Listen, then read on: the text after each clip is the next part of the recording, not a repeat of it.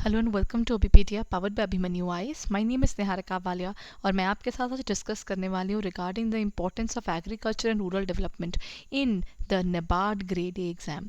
आपके NABARD grade A exam में एक ही पर्टिकुलर सब्जेक्ट है जो हम में से काफ़ियों ने नहीं किया होगा, बिकॉज हम लोग इस पर्टिकुलर बैकग्राउंड से बिलोंग नहीं करते हैं। जैसे ईएसआई हमने कहीं ना कहीं आरबीआई में देखा हुआ है, या अगर आप सिविल सर्विस के लिए प्रिपेयर करें तो आपने इकोनॉमिक्स का पोर्शन ज़रूर पढ़ा होगा। सोशल इशूज़ अभी भी मिसिंग होगा। क्वांट, रीजनिंग, इंग्लिश होगा, वो भी आपने कहीं ना कहीं किसी भी एग्जाम के प्रिपरेशन में देखे होंगे।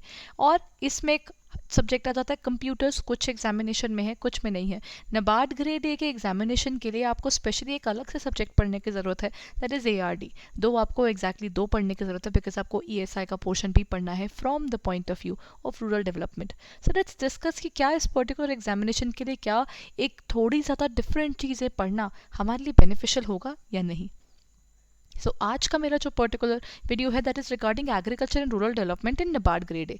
जब हम नबार्ड ग्रेड ए के एग्जाम की बात करते हैं, क्या हम एक अलग सब्जेक्ट के अंदर अपना टाइम इन्वेस्ट करें, इसकी प्रैक्टिस किस तरीके से करें, आपको इन चीज़ों के बारे में सोचना होगा, because the notification is just round the corner and you never know when it would come. तो the best thing would be, अगर आपको कोई ऐसी चीज़ पढ़नी है जो आपने पहले कभी नहीं पढ़ी हुई, उसकी प्रिपरेशन आप आज से और अभी से शुरू करें, rather than waiting till the notification. So this is just an eye opener for all those students who are thinking about ARD and preparation for NABARD grade A.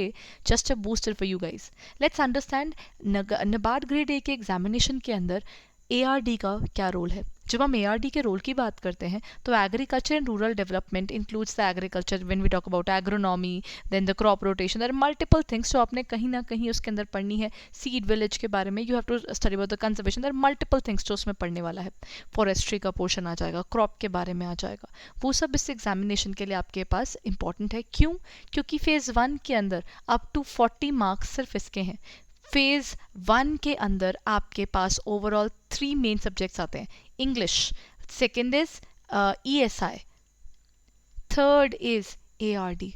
इन तीनों के marks, this is also 40, this is also 40, this is also 40।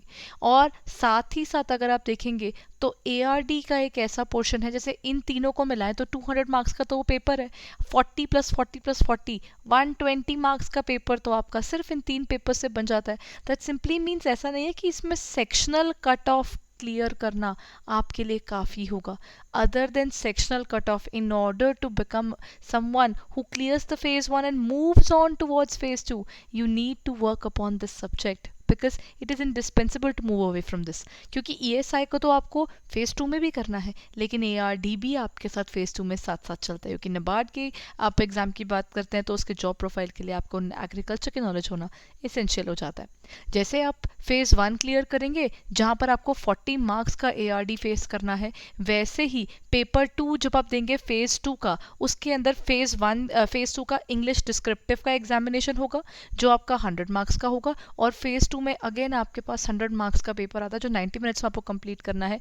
वो होगा economic and social issues और ARD के बारे में। Previous examinations के point of view से जाएं तो उसमें टोटल आपके पास 35 क्वेश्चंस होंगे। कुछ क्वेश्चंस होंगे आपके पास 2 मार्कर्स और कुछ क्वेश्चंस होंगे आपके पास 1 marker. So that makes a total of 100 marks. So then 35 questions of 2 markers and 1 marker के आपके पास 30 क्वेश्चंस बन जाते हैं। अभी तक पिछले उनके प्रीवियस ईयर जो पेपर्स थे उनका पैटर्न यही रहा है।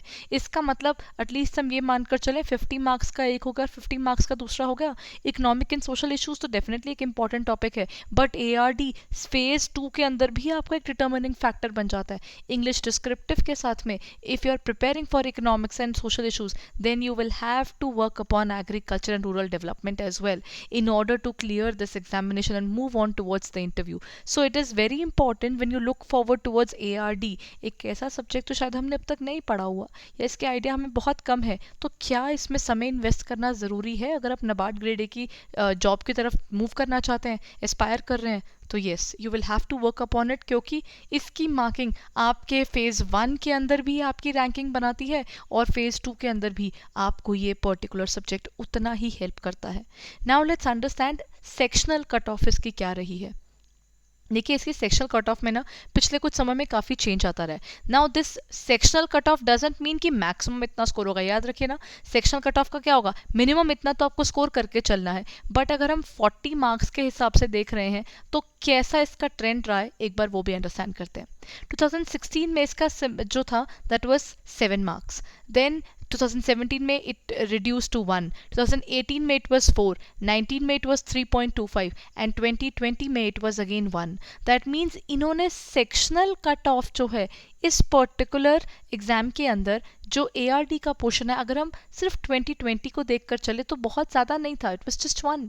बट द पॉइंट इज, क्या आप 40 में से सिर्फ 1 स्कोर करके और बाकी सब में अच्छे से अच्छा स्कोर करके आप अपनी एक रैंकिंग क्रिएट कर पाएंगे? क्या आप फेज 2 के लिए जो उनका रिक्वायर्ड कट ऑफ है उसे मीट कर पाएंगे या नहीं? आपको उस बारे में देखना पड़ेगा. This is where this particular video might be helpful for you.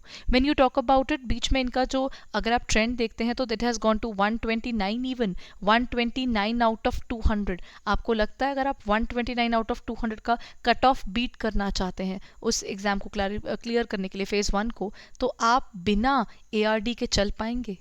You will have to cover up ARD not only in phase 1, you will have to face it in phase 2 as well.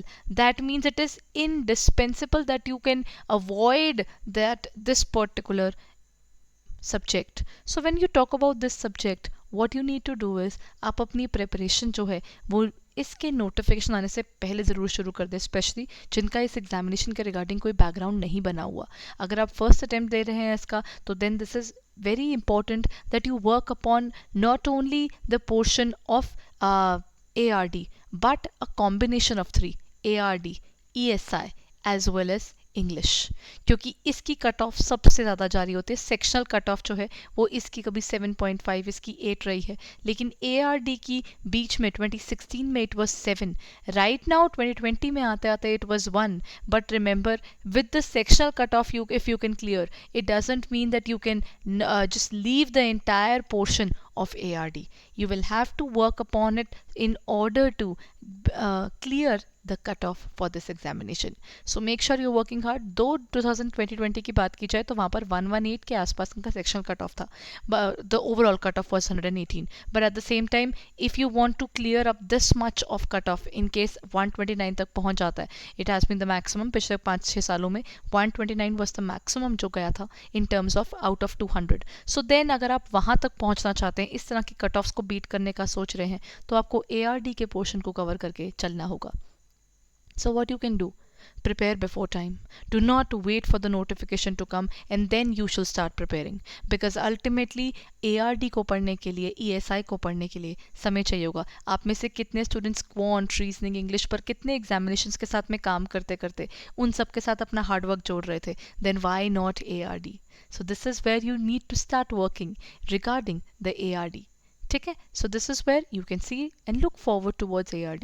And what you can do regarding ARD is we have our classes going on. आपको YouTube पर मिल जाएंगी हमारी classes, plus NABARD grade ए के हमारी ESI और English की भी classes शुरू हो चुकी हैं. इंग्लिश डिस्क्रिप्टिव शुरू हो चुका है, ESI शुरू हो चुका है और ARD शुरू हो चुका है. So what you can do is, आप इस समय अपनी जो स्टडीज़ हैं वो अब इस एग्ज़ाम ओरिएंटेड पढ़ना शुरू कर दें, क्योंकि जब आप एग्जाम ओरिएंटेड होकर पढ़ना शुरू करते हैं तभी आपके क्लियर करने के चांसेस बढ़ जाते हैं. Because you need to go through the previous year questions, you need to look at the pattern, the way it has been asked, तभी जाकर आप उस एग्जाम के लिए एक प्रॉपर प्रिपरेशन के एक स्ट्रक्चर को फॉलो कर पाते हैं.